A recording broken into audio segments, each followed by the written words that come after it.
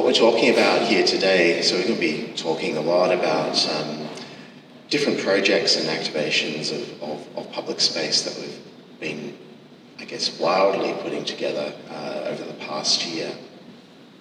And this is, of course, part of Melbourne International Games Week, which is another event that hasn't run face-to-face for a couple of years. So we've been doing things online. We're really happy to be back out in the world as we're working largely with public spaces, which have been, of course, transformed, and we're going to be talking about that in both the good and the bad ways that public space has been transformed. But before I go off on a whole tangent, I did say to Matthias I was going to keep this brief. I'll work through the formalities.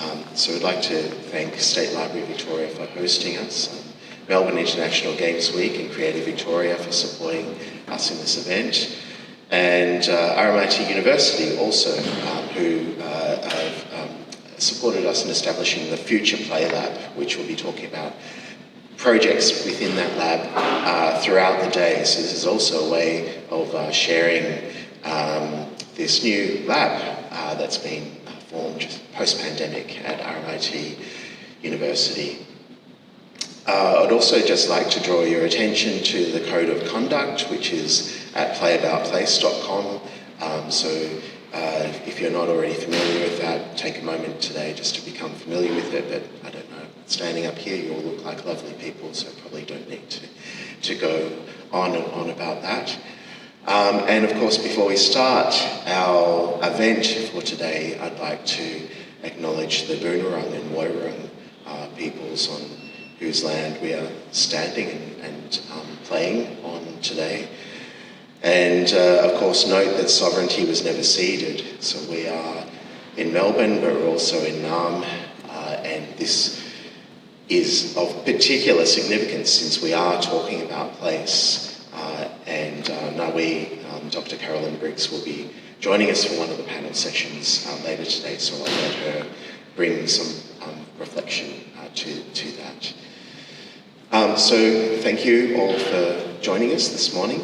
I'd now like to introduce Matthias Poulsen, who is a play activist. He's kindly donated his time here while he's in Melbourne to not only give this presentation, but over the weekend to build a Scrummerletsplatz, which is a junk playground that we've been playing in within Carlisle Street.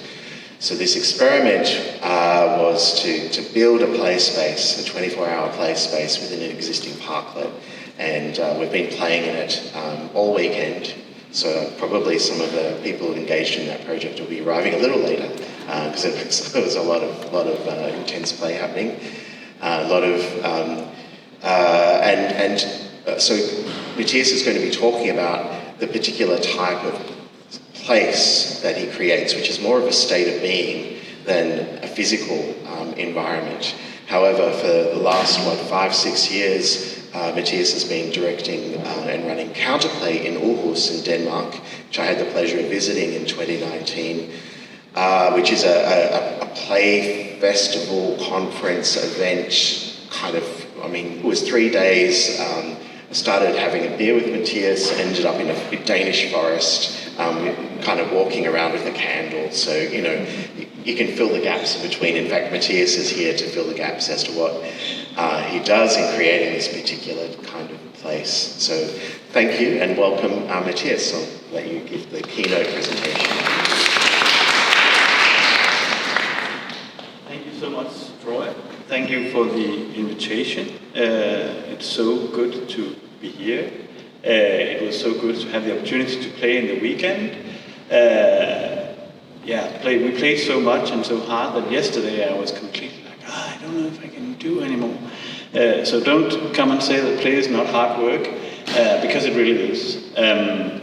I brought with me here our penguins, our friends, playful friends, and they will be chairing this session. So if there's anything that comes up, please just address it to the penguins, and they'll be the really hard judges. And maybe they'll keep track of time as well. I don't know, penguins are a little sort of unreliable when it comes to time.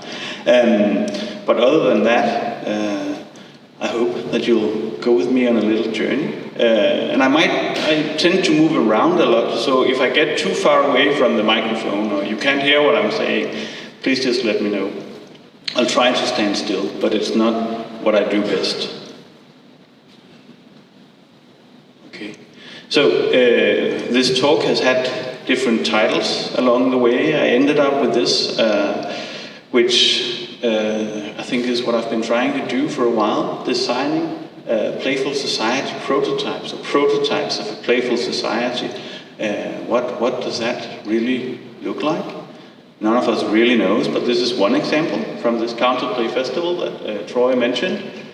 I'll come back to this photo actually, because it really encapsulates a lot of what's going on at that festival, and in spaces where people are playing. That's the essence of what I'll be talking about. It's not about my festival or our festival, that doesn't really matter that much, but that's just been one opportunity for me to learn a lot about what happens when people, and this is mostly adults, step into a space and really start playing together.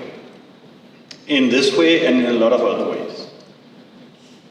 Yeah, so that's kind of the theme. If anything comes up along the way, we're not so many yet, so at least for now, if anything comes up that's super pressing, I'm more than happy to answer that, but otherwise we'll have 20 minutes or so at the end for questions and conversation. It's just sometimes you can't wait. Thanks again for the invitation. When I was preparing for this talk, we haven't had CounterPlay since 2019 for obvious reasons.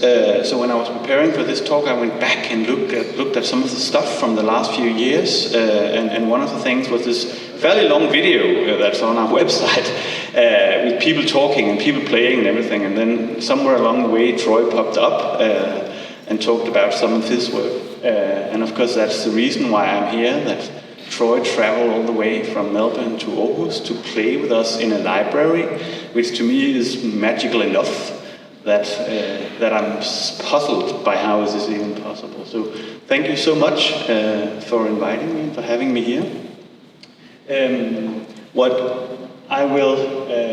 I'll try to do is to try to sort of move through three different parts of this presentation. The first one is kind of my journey. And especially my journey with CounterPlay, because as you'll see maybe, it has really changed quite a lot for me, like the trajectory of my life. This sounds like an exaggeration, but it's actually true.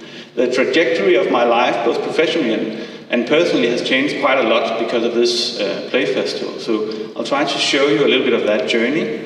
And then the second part is this question that I've been asking over the years, and that I'm now in the middle of a PhD project trying to figure out, is how does this space where people play with each other relate to the ways that we participate in democratic processes and in the sort of the ongoing shaping of society.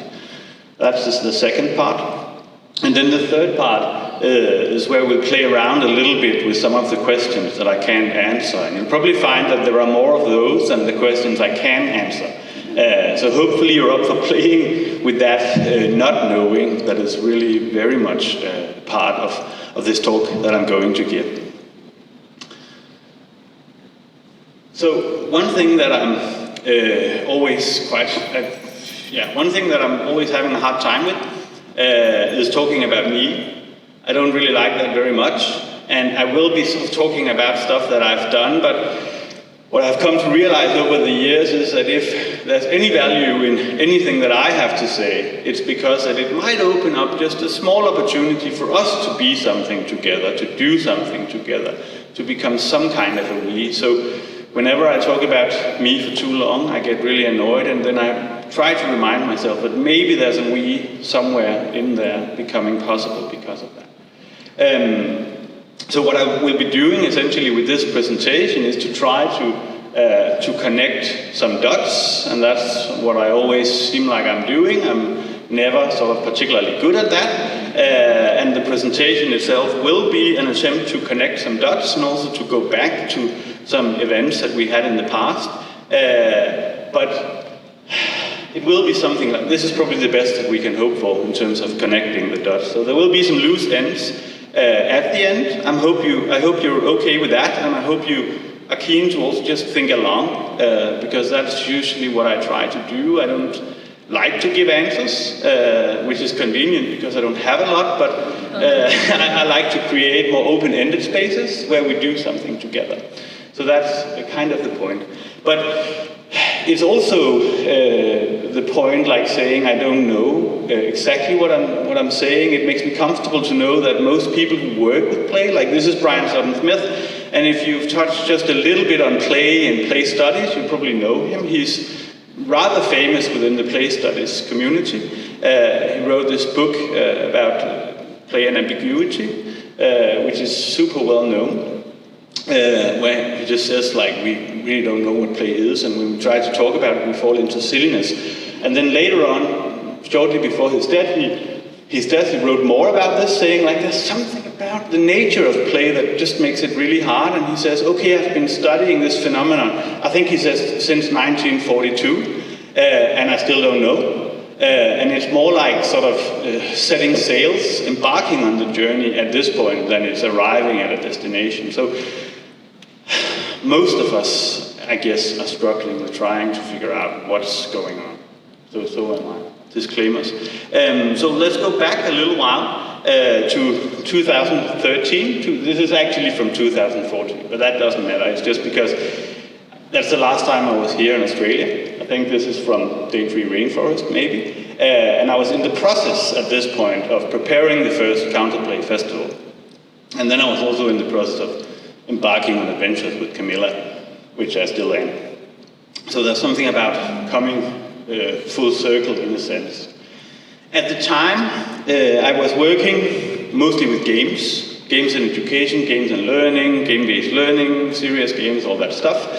And I had become a little sort of frustrated with the expectation that the games would solve the problems, like bring technology into classrooms, organizations, and that will solve the problem.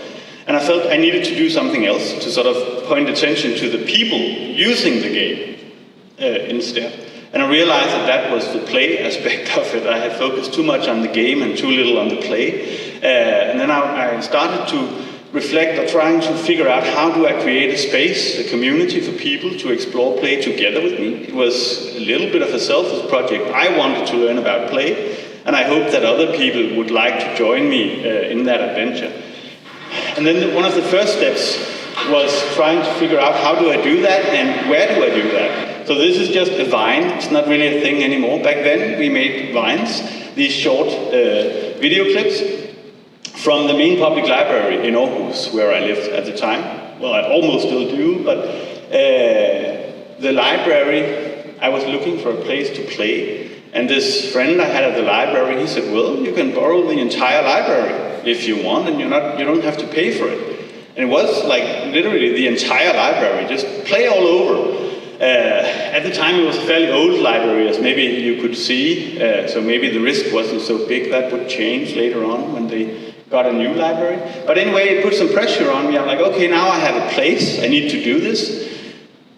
Then I stumbled upon this name. What do I call it? Like I stumbled upon this name, which is also ties to Australia. There was this journal called Fibre Culture Journal by at least one scholar who was in Australia at the time, Tom Appley, writing about CounterPlay. And I just love the name because I don't like sort of play that never questions things, play that's just orderly and within the frame. I love play that sort of pushes things and becomes transgressive and subversive and tries to insist that things could be differently.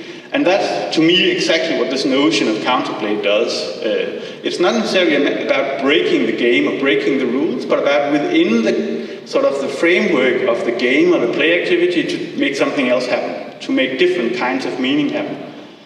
And yeah, just as a fun anecdote, I wrote this on Twitter that I'm using CounterPlay, and then not very long after I met up with Tom Appley in Sydney to have a beer and talk about this, because coincidentally my partner Camilla knew him already.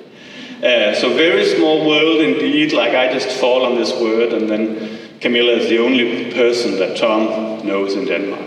She's also my partner, which is the weirdest thing, but he was quite happy that I took it. But what I really want to stress here is that it was quite the efforts I were making to make this play festival. I find it quite embarrassing today. I didn't know what I was doing. I just said, I want to make the space, it's in the library, we are going to investigate all sorts of play. I suggested, as you can see here, 3 different sort of tracks: playful learning, playful culture, and playful business. It changed over the years into playful learning, playful learning, playful working, playful living. But anyway, they sort of got into place. But this was really my proposal, like an Excel spreadsheet with nothing in it. And I wrote a blog post. It was like, I'd love to do this. I have the library, but I don't have anything else, and I don't have any money, and I don't know. And I really didn't know what I was doing, to be honest. And I felt like this. This is a photo from, the other day, but that was how I felt. But the really weird thing was that people said, yeah, we'd love to do that. And I didn't know what I proposed, but somehow they latched on to the idea of creating this space for exploring play through play. One thing that was really important for me, having been to academic conferences about play, and having been to like proper play festivals, was that the academic conferences were often too much talk about play and too little play. And the festivals was often like wonderfully playful, but not a lot of reflection. Like, we didn't really pause to reflect on what is going on here. So I just wanted something in the middle. It seemed, I don't know, obvious, but I didn't know how to do it. But the thing was, these people came. I think we were around 150 in the library the first time. Not only did they come to play, but they filled out all the blanks that I had in that spreadsheet. They were like, I'll give a talk, I'll run a workshop, I'll bring some stuff that we can play with, I'll do this and this and that. And I didn't know them. Like, it was just strangers, basically. I knew some of them, but most of them were just strangers saying, we'd love this space, like we want this to happen. So they really started playing, and it sort of escalated from there. That's just another small vine. I was so excited to sort of see these old vines again, and they're still working. So the first lesson that I just really want to bring, maybe the most important one, is that when we dare to just be excited about something. I was super excited. I couldn't let go of this idea. And I was very sincere about it. It was really something I wanted to do. If you ask anyone who knew me at the time, probably found it a little bit obnoxious because I was talking about it so much. And then I was very open about it, also about me not knowing what I was doing. And I asked for help. I still do that, but I really did that back then because otherwise nothing would have happened. And I was surprised, I'm still surprised, and really moved by how overwhelming the response was. How many people came and also traveled to Denmark to participate in this weird thing. So if you take anything with you, it is that it's actually possible to create these spaces and communities for play without having much. And of course, I'm privileged, and Denmark is a privileged country, and there are a lot of sort of things that you can't just take and lift out of that context. But I think the human factor is maybe not so different in many different countries. Like, people actually want something like this to happen. So we've done it a few times by now. We started in 14, and we did it in 15, 16, 17, and then we became really tired, and we can't do this every year. It's too much work. And we would also like to be able to try out some things from the last few years festival on before the next one. So we decided to do it every other year. Then it was 2019. And then it was not 2021, of course. Then we actually started planning to do something this year. But then again, the numbers in Denmark, infections started to rise, and we got cold feet, and so I said, okay, we can't really create this thing that's essentially about bringing bodies really close together and playing with each other. That's probably not a good idea. So now it's a bit of an open question. But while I've been here, there's been a lot of plotting and planning, so I feel like it will happen again, and maybe here, rather than, who's the next time. But just to sort of give you a little bit of an overview of what's been going on. And then the next few slides is actually my attempt at sort of conveying the atmosphere of the event, because that's really what informed all the work I have done since, is that in this space, where these strangers come together from across the world to present their work and to participate in each other's work, something really magical becomes possible. And I realized that this atmosphere cannot really be conveyed. It's in the body as much as it's sort of in the mind and in the words we use, but I'll try anyway. to sort of just give you a glimpse of what has been going on. And remember that the event was sort of sold as an event for professionals. Like, come because you feel like maybe play could be part of your work in some way. And then what happens over the course of these days is that it becomes very personal as well. If you spend 3 days together and you really play together, it's really hard to keep up the facade. You forget about that at some point. Most people forget about it rather quickly. And then it's just a personal thing between people. But they came. In the first, a lot of the people coming sort of sold it to their boss and said, this is work, like this is a proper conference. You know, we will learn things and we will implement them after on, and all of that. But that's not the most important part. Just here a short little video from the 2017 version of the festival. I think it's just 1 minute.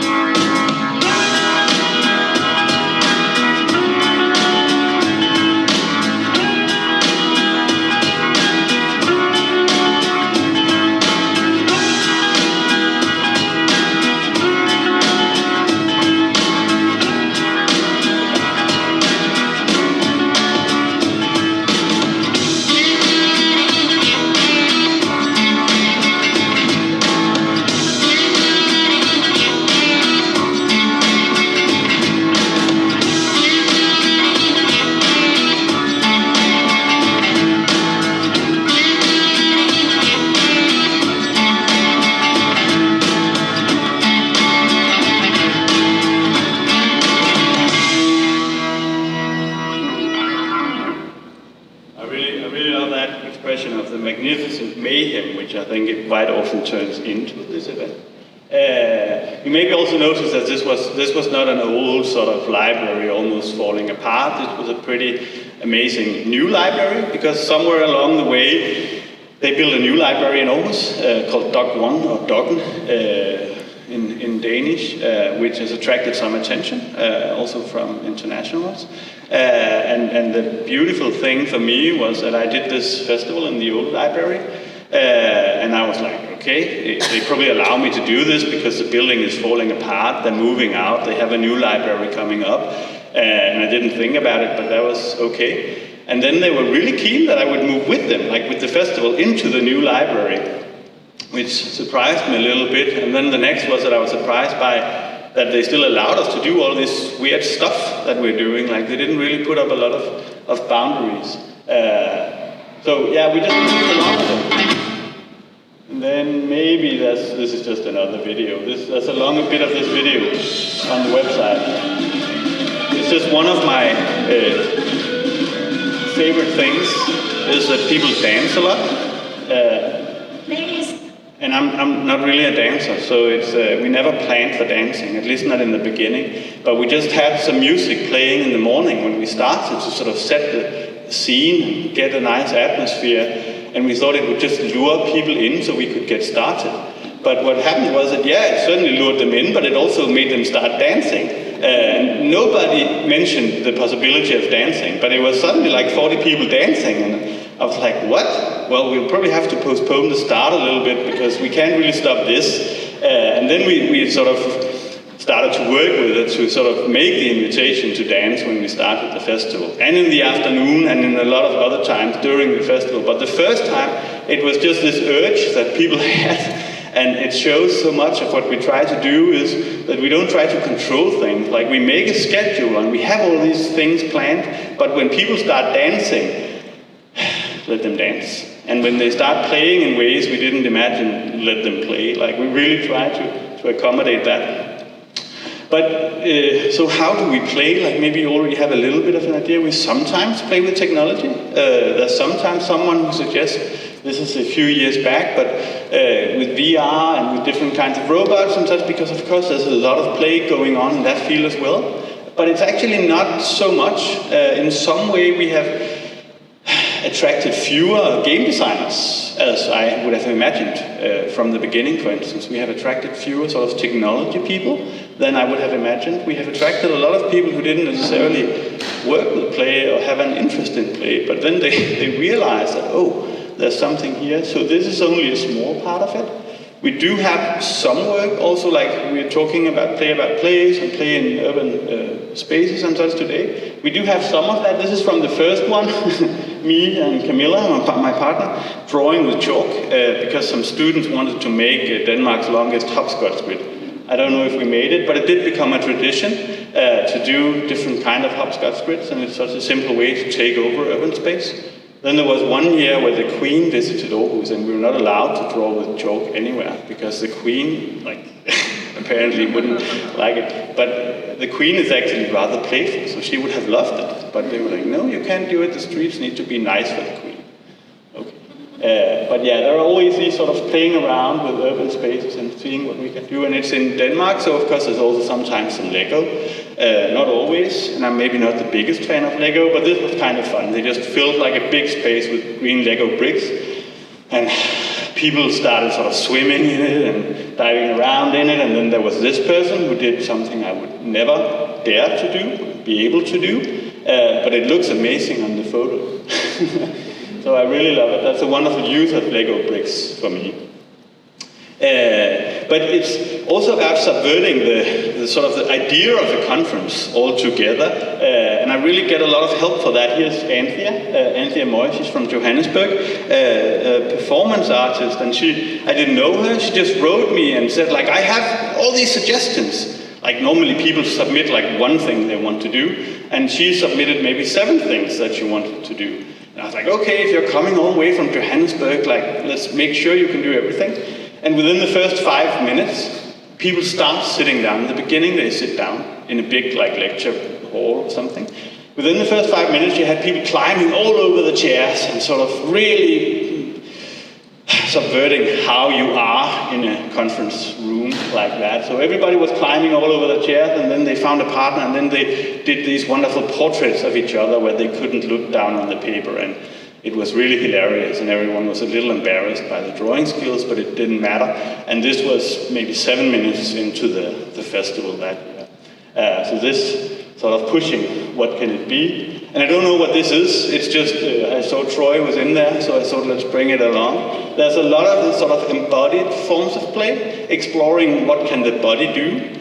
There's probably a lot here about also trusting the body of the other person. You lean so far back that if the other person plays a trick on you, you might actually fall over. Seeing where are the limits of what the body can do, that's really a big thing.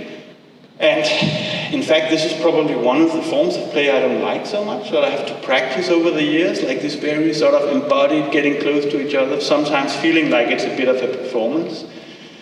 I have tried to avoid that, but then I was like, no, I need to try, I need to practice. I can't be the play person who don't want to play.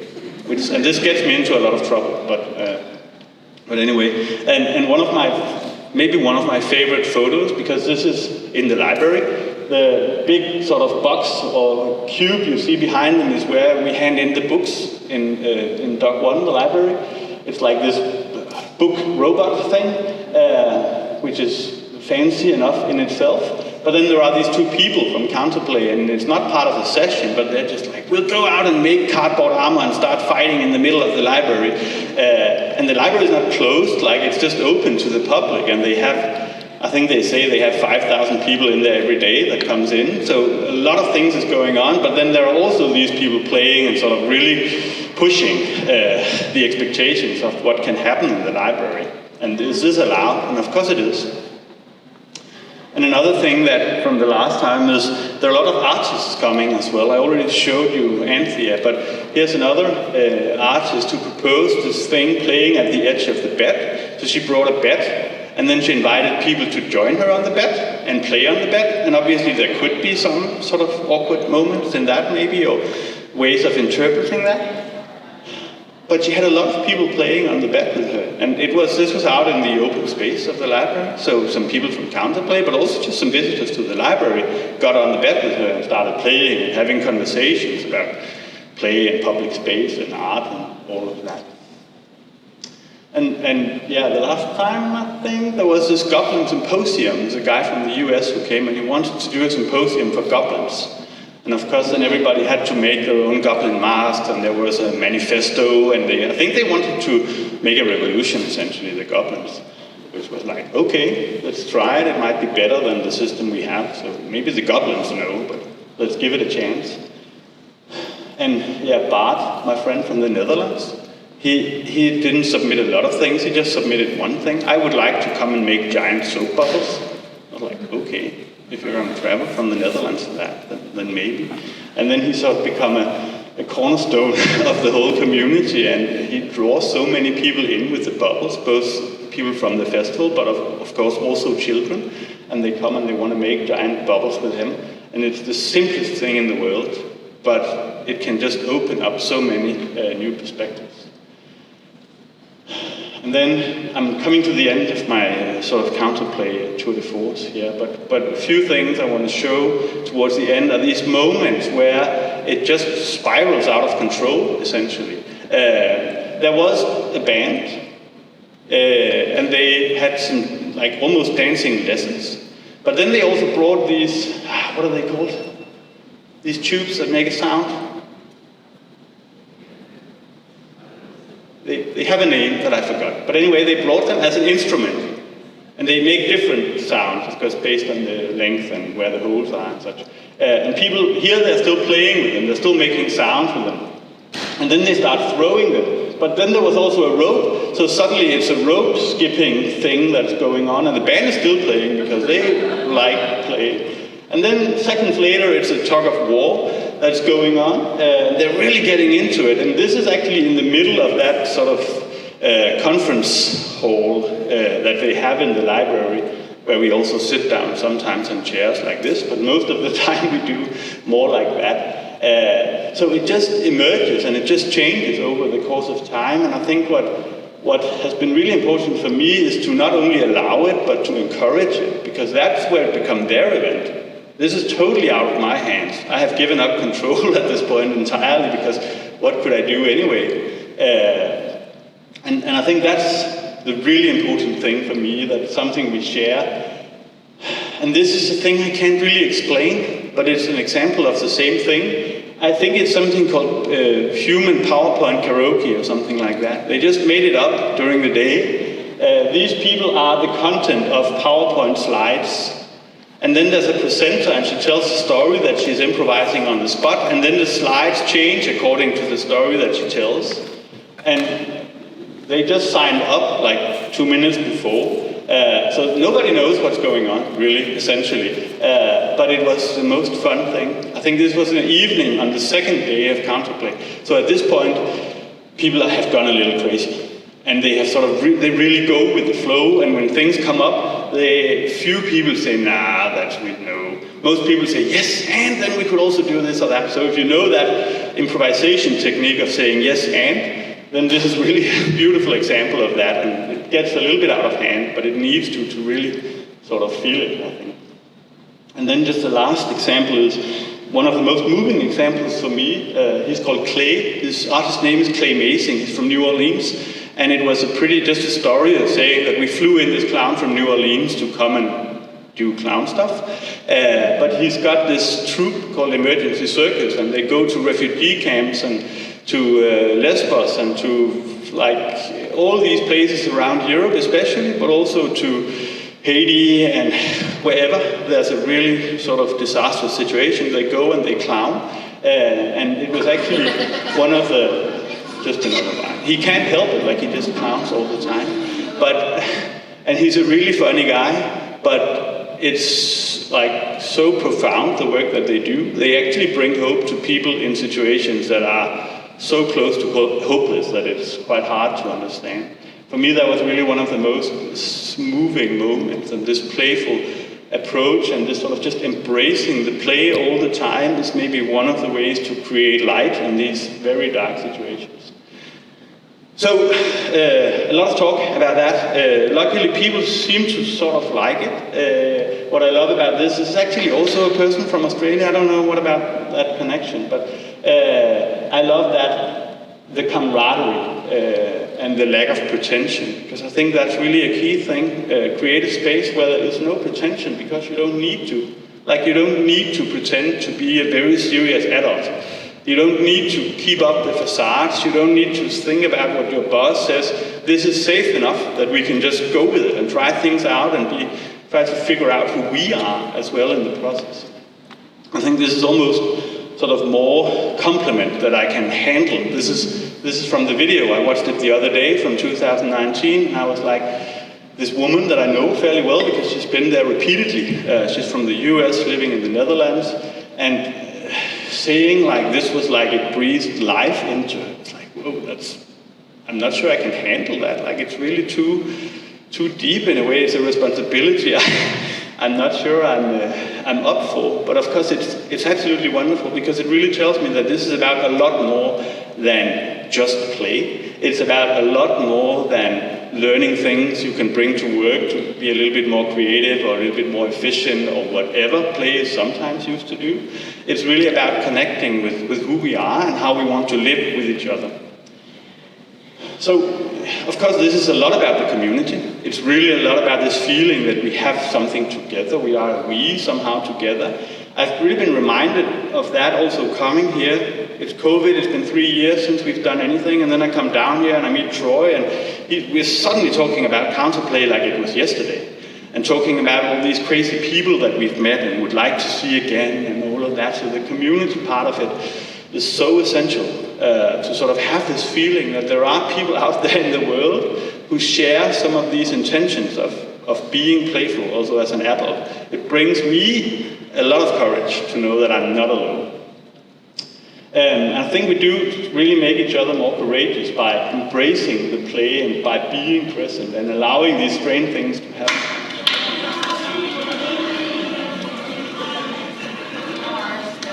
And again, it's in the library, it's in the middle of the library. And it was in 2016 or 17 on the last day, and we were actually wrapping up. Like, it was on the Saturday, the library was closing, we would go out to have a beer, and they did not want to go. They just kept doing this and other weird stuff, and I was like, we need to get out, but on the other hand, I was so happy that at this point it was just their thing, like, they just did whatever they wanted to. So I'm moving towards this idea of sort of the democratic perspective of play. There's this one guy, one of the people who inspired me a lot, Bernie DeKoven from the US. He was there in 2017, and he sadly died a couple of years ago, 4 years ago. He was a really big inspiration for a lot of reasons. Like, one thing was that he actually lived a very playful life. He was part of the New Games movement in the US in the 60s and 70s, sort of an anti-Vietnam War effort. And then he also always said this: so when you show your playfulness, when you're playing in public, as he says, it's already a political act. It's already a showing of an alternative.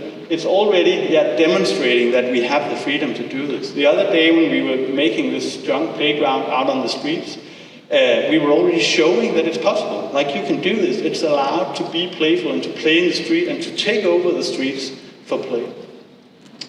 So the title of my talk is indicating that I think that we're doing that, but I'm also still not sure. But I tried to frame CounterPlay as a kind of a prototype of what a more playful society would look like. So it's not that we come together and we play and then it's disconnected from the world. It's that we come together and then we insist that this is possible, and we make it possible simply just by playing together. And it sounds easy, but it's also quite hard. So it's just doing it, but it's also making a space where we feel safe enough to just do it. But it is already about sort of shaping society together in a way. And over the years, I started to ask this question, like, we are political. We are shaping society. We are suggesting that society could be different, that we could use public space differently, that we could create different workplaces, that we could be different people together. I started thinking about, like, does this have something to do with our democratic conversations, with our democratic institutions, with the whole sort of intention of the people creating society together? And it was a question then, it's still a question. I'm 2 years into my PhD, it's still a question, and I'm not sure I'll ever be completely able to answer it. I was a little bit bold at the time. I wrote a blog post saying, can play save democracy? I started by saying no, but it probably can't. But it might be a help anyway. So I'm thinking about play as a form of democratic participation that sits alongside rational discourse and talking and being like really sort of intellectual and making arguments and maybe reaching some sense of consensus or making a decision. But it's just something different. Like it's as much with the body, it's more sensorial, it's often more imaginative because we are less constrained. So it's a different way of making sort of democratic inquiry and conversation. I'm not gonna bring a lot of theory. It's also just a little bit of a fun thing that in a few days I'm going to Canberra to the Centre for Deliberative Democracy, and there's this guy who wrote this paper about democratic playgrounds. As a theoretical idea, they haven't really tested it out, but at least to me it confirms there's some interest in the sort of study of democracy. They're far more well-versed in the study of democracy than I am, but they're suggesting that maybe rational discourse is not enough. Maybe the playful encounters must be part of it as well. So my proposal in my PhD project and what we did on Saturday is that maybe we need to find different spaces for democratic conversations and inquiries to take place. And then we have this tradition in Denmark of junk playgrounds, skrammelegepladser, as I have trying to teach people how to say here. That is basically building stuff out of discarded materials. What if it's sort of our agora, our public space for meeting and deliberating is the junk playground?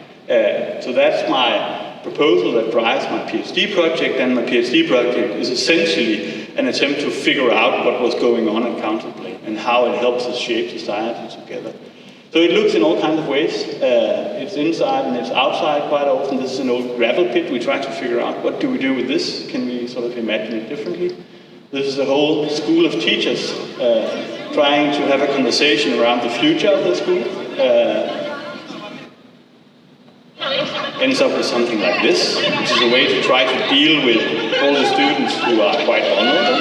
So they almost make kind of a satire here because it's a safe space. I was a very safe student, very sort of wrapped in bubble wrap and everything. So it allows them to approach these questions in different ways. I just brought a few of the things that really inspire me. Another one is a design scholar from the US called Carl DeSalvo, who talks about sort of how do we not revolutionize democracy, because we probably can't change it completely and we probably can't find a better way, but how do we keep it alive on a very local, everyday level? How do we maintain democracy?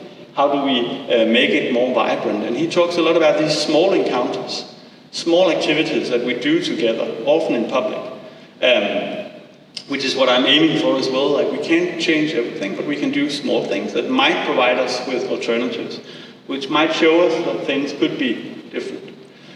So that's a lot of talking. And still a lot of unconnected dots. I'm sorry about that. I'm not going to give you any advice, because that would be preposterous. Just a few observations from all these years of trying to cultivate this play community and work with this play festival. This is probably the most important one for me. We can't really decide everything in advance. I think that's what we often do. That's what we're often told to do, expected to do. We need to know what comes out of this, otherwise it's not worthwhile. We really have to trust play and the players. I've tried to show that also with some of the situations from CounterPlay, that weird things happen. I don't even understand today, but we need to give it space to be there. Then there's something about the body. Like, we think we can sort of intellectualize and rationalize and think our way to the answers. But we also sometimes have to ask, what will the body do? What can the body do? What happens when the body is allowed to do things? What new ideas and perspectives on the world appears? And we need to be role models, I think. We need to be the ones like Bart here from the Netherlands to insist on play. We need to sort of support each other, because none of the people that I have met are just sort of courageous on their own, but we get more courageous together. I would never dare to do anything like the things that I have done were it not for the community, so the support is super important. And I think the cultivating of the play communities is really the thing where the magic can happen. And it takes playmates, it takes spaces, and it takes role models. It takes trust, and like we need to really sort of handle that trust with respect. We can't really exploit it or do evil things with it. I think the care aspect and the compassion aspect is super important. Like, if we need to do this, it must be safe and we must mean it, otherwise it won't work. So Troy is making the penguins make me stop, which is good. And this is actually also my last slide, and it's just because of the confetti. We don't have confetti. I didn't dare to do it, but I always bring confetti, and then people are always a little bit annoyed because confetti is kind of annoying. But it's also fun. So just being allowed to do that is amazing, to end the festival like that. I think that's all I want to say. And then, Troy, thank you. Yeah, thank you. Thank Matthias. So, confetti just made me think of, you can order a glitter bomb to be sent to someone, but it's more of someone you don't like. So they open up this package and suddenly there's glitter everywhere. The chairs were just reminding you that you wanted to allow time for questions. So we're going to open up for questions now from Matthias, if anyone has a question they'd like to throw across. Yeah. Maybe I don't need a mic. Thanks for your talk, very inspiring. I'm just curious about your community of playful people. They look to me to be very risk-taking, engaged people. What sort of communities do you connect with? I'm interested in different types of communities in this culture festival, play festival. I think I maybe missed the last bit of your question. What type of communities do you play with? Because just from your photos, it feels they are sort of innovative, risk-taking people. I'm just curious if you engage with different communities, diverse communities. Yeah, well, they really come from all over, and they work in all kinds of different domains. There are some of the artists, there are some of the games people and play people, but there are librarians and school teachers and city planners and architects and consultants from big private companies and like all kinds of people from really all over. And it's true that it takes some courage to even show up, and that is a thing that we've been trying to deal with, to try to really sort of have conversations with people and organizations. So how do we make it less intimidating? And a lot of people, some people come and they're ready, like they're really just ready to play, right? And those are the risk takers, and those who, they would go anywhere and they would play. And we need those because they get it started. But a lot of people come and they're quite sort of standing in the background.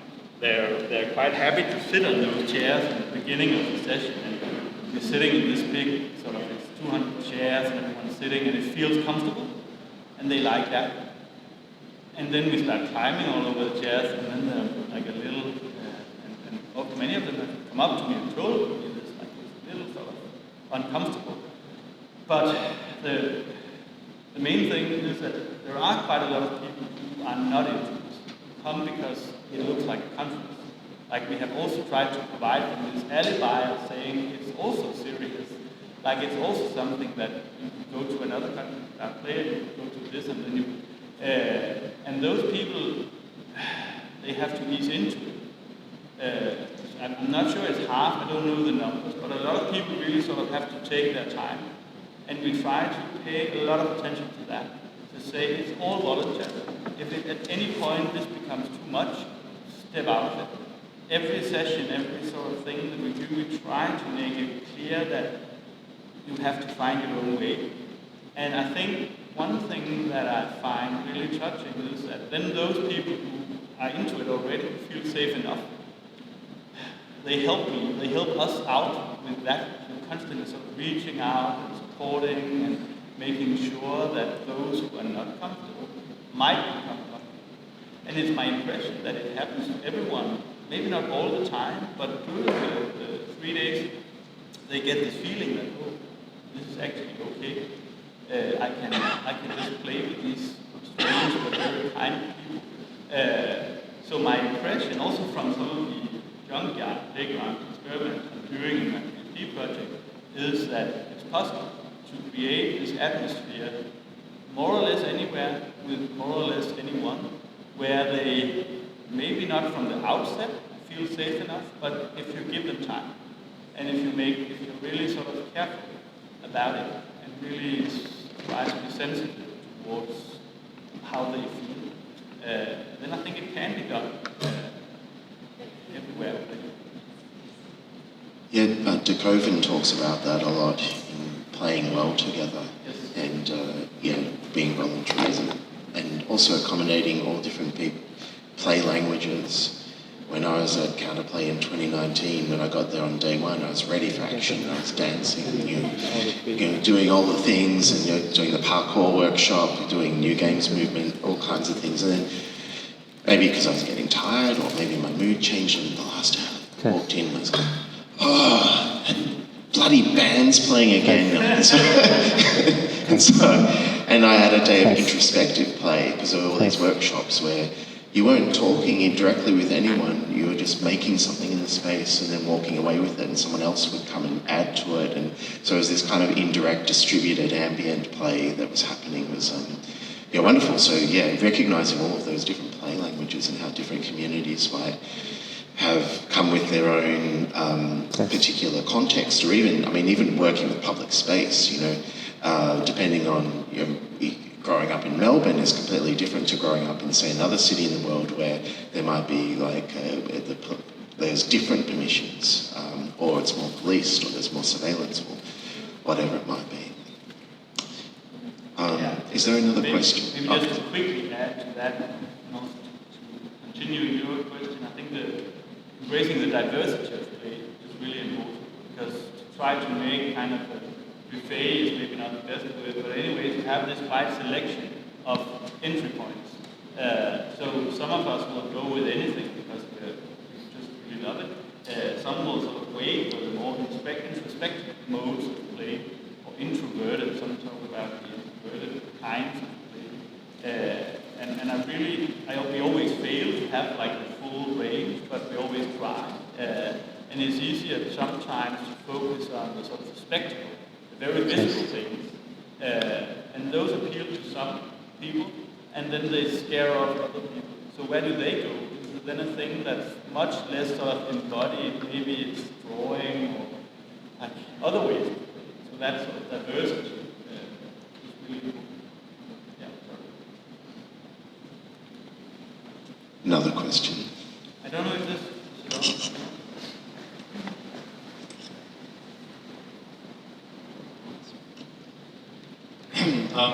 So myself and my colleague Daniel here have written about games and play in libraries. I'm not sure if you wanted to add something, Daniel, but I had two questions about that. First of all, was there anything the library didn't let you do? And secondly, how unique do you think that Doc 1, which as you say has got a lot of international attention for its innovation as a library, how unique do you think it is in allowing something like CounterPlay to happen, and how did your sort of relationship with the library really maybe make that possible? Yeah, I'm not sure I can turn this on, but hopefully you can. The first thing, they almost let us do it, that's quite surprising, and now they know me, and yet they still allow us to do almost anything. I have this joke that at one point there were these sort of bicycle kitchen people who drove around, and then they set up these workshops for playing with food in different places, and they would come to CounterPlay, but they use these gas stoves, and like, is it okay to use a gas stove? And they're like, no, we can't really have a open fire inside the library. It is still a library, but they still have a lot of books and advanced sprinkler systems and so So now it's sort of a joke. They always tell me, you can't have a fire in the library. Another time there was an artist who wanted to put like tons and tons of clay or mud in the middle of the library, and then people should lie down in this and roll around and create statues or something. Oh, I'm on. And he only told me this like the day before the festival. That's the second thing that the library said, no, maybe not like several tons of mud in the middle of the library the day before. If you had told us maybe like a little earlier. So other than that, they actually say yes. And I think to the second question, it is an amazing space, like the building is wonderful, and it's very touching for me to see a library in one of the most amazing sites in Aarhus, and such a big library, and it's full of art, and it's full of invitations to play, and I think that's brilliant, but the main thing is that the culture amongst the librarians is that they also say yes to things, and they have delegated a lot of the mandates to make decisions from the management to the librarians. So the people who are actually in touch with people and with external, and like they allow them to make the agreements and set up things and start planning. And like, so I'm working with this children's librarian called Steen, who is just the one that I knew from the beginning, and then he suggested, and then he's allowed to sort of stay in touch all along, and then sometimes we talk to some of his bosses, but it's not really that important. It's this delegated initiative that they do amazingly well. They really have made this decision that we need to collaborate with external partners. We need to collaborate with the general public. We can't do all this on our own. So they have a massive amount of events, and a very big proportion of those events are externals coming in, like me, proposing a really weird thing to do in the library, and then they say yes, and then of course we shape it together, and I also consider it an experiment in what can you do in the library, and if we go too far sometimes, then how do we take a couple of steps back so we're still sort of respecting the library? To me, that's a big part of the exercise. But I think the important thing that any library can do anywhere in the world is to say, we'll listen to the people who come in and have ideas, and then we'll try to see how we can do it. And that does not have so much to do with the building itself or the resources. So it's more of an organizational, institutional approach. Yes, yeah. It's simply a strategic decision, I think, to say we will allow everyone who works here to set up events with people from the outside. Yeah, that's interesting. Thanks. Another question. Otherwise, I've got a really quick question which I wanted to ask about, coming back to the idea of play and democracy, and this original positioning of CounterPlay as almost being a kind of what I would call like a meta-modern position. This is this idea that you can be sincere and ironic at the same time, which I think is a really interesting framing for adults in terms of play. And so maybe the main contribution that play can make around, it reminds me of this quote from Hausinger, that play precedes culture, that it's a kind of a formative or generative or creative space that can then, but it doesn't have to, kind of filter into, I guess, for want of a better term, real life. Yes, I think that's a really difficult question. So I don't know exactly how to answer it. One thing is just sort of like we can be many things at once. I've met often this notion that if adults play, then they're childish or they're not serious. They're like not to be taken seriously. And I think I have probably suffered from this, like I have probably been taken not seriously by a lot of people. But in my mind, to play together like this and to get together like this and be so close with strangers is maybe one of the most serious things we can do, like to allow ourselves to be that present. One of the people told me like what he really liked about it was that he could just be. Like he didn't have to pretend, he could just be, and he was a person who had grown up with a lot of prejudice and like horrible things, and here he could just be. So to me that is so serious. But of course, when you look at what we do, a lot of it is super silly and some of it is ironic, some of it is just like plain silly, goofing around, acting out. But what happens in that silliness, to me, is extremely serious. So there's no dichotomy at all for me that between the play and the serious adults. On the contrary, it's about embracing who we are. And then the other half that maybe warrants a bit of a comment as well is a relationship to the world around us.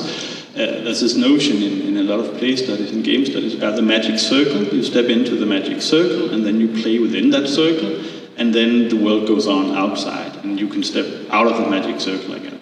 And it's been a huge debate, so I'm not going to go into that, but part of it is the play experience really set aside? Like, is it really isolated from the real world? And to me, it's not at all. Like, it bleeds through in so many ways. It happens in the real world, it speaks with people outside in the real world, it sort of pushes back. It's like there's all kinds of relationships. So it's never not real to me. Like, it's always very, very real, and it changes who we are and how we see the world and how people not playing sees us, and sometimes they step into like all these complexities.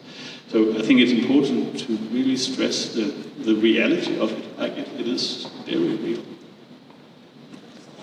Yeah, of course. So just in terms of the junkyard or the junk experiment, do you see that as a collaborative process within schools, that schools can get on top of it or within it or around it, in terms of introducing STEM around that, like a bit of engineering, like working those screws in, making some patents, some design and technology aspects? Is that something that's taken some sort of fortitude within Denmark from the schooling system? Well, actually, I didn't really want to work with children in this experiment, so I sort of tried to keep it out of children's hands and out of schools especially. Then over the course of my project, I have also been doing things with children and workshops with schools and such. But I intentionally did not want, I've been working so much with education, I intentionally did not want to bring it into schools to sort of not get into the whole complexity of curriculum and learning goals and all of that. It would simply, like for a PhD project like this, it would just complicate matters too much. But now it is starting to, some of my colleagues are starting to bring some of the stuff that I have done with the project into a school. So it is starting to bleed in, and what I hope it will do, what I have always tried to do when I've been working with education, is to say you can't just bring in, like I mentioned the learning games initially, you can't just bring in a game and change nothing and then expect anything to change, really. And I would say if you do something like this, bring in the junkyard playground to sort of focus on STEAM, it could make a lot of sense, but they would have to be willing that some things would need to change. Maybe it would be more open-ended than they like. Maybe the outcomes would be less predictable. Maybe sometimes one of the forms of play that those of my colleagues who study play in schools, they often find that schools don't like are the more unruly forms of play. They're a little bit wilder, they're a little bit sort of embodied, and it's often connected to boys. I don't think it's sort of only for boys, but they often like boys are wild and they're playing like that. And it's okay, but it's not so okay in schools. So in schools, when play get into the picture, it's often very certain kind of orderly forms of creative and sort of constructive kind of play. So for me, it would be important that the schools would actually embrace the play on its own terms. And then you can have a plan and you can steer it a little bit, but you can't just say you can only play like this because the outcome needs to be that because you have to learn this. Then you wouldn't really get anything out of it. So yeah, and that's to me the more interesting conversation, like what could school also look like? Because there's no need for schools to look the way that they have done for many years, and the way we structure education. Yeah, thank you for that question. It's actually a perfect segue into our short break in the next session, which is about the children's sensorium. And in fact, we have done some very rudimentary experiments with light and sound in that space, which would translate into a STEM type environment. But I also agree with Matthias, is that depending on where you're situating this education, one of the program, some of the teaching curriculum environments, this is a debate that's going on in Australia at the moment, is that are quite restrictive in terms of what is possible in the classroom. And so having the right context to play in, for example, in Scandinavia, there's a trend, or not a trend, sorry, almost like a tradition of risky play. I saw this Swedish play scholar saying, well, yeah, we push our kids down the hill and watch them tumble and see what, how they adapt. There's, we seem to propose that to a primary school in Melbourne. You probably, I don't know what the response would be. It wouldn't be positive. So there's different traditions and expectations framed around play and education. And one of the speakers in the next session is Linda Knight, who's working with this type of space and has a number of workshops with working with children's play. So thank you so much, Matthias, for this presentation and conversation. We could talk all day, and I think that's what we're going to be probably doing next year when we run CounterPlay in some form in Melbourne. I'm just saying it publicly now, so that happens. So yeah, thank you see very you much here in a year. Thank you, everyone.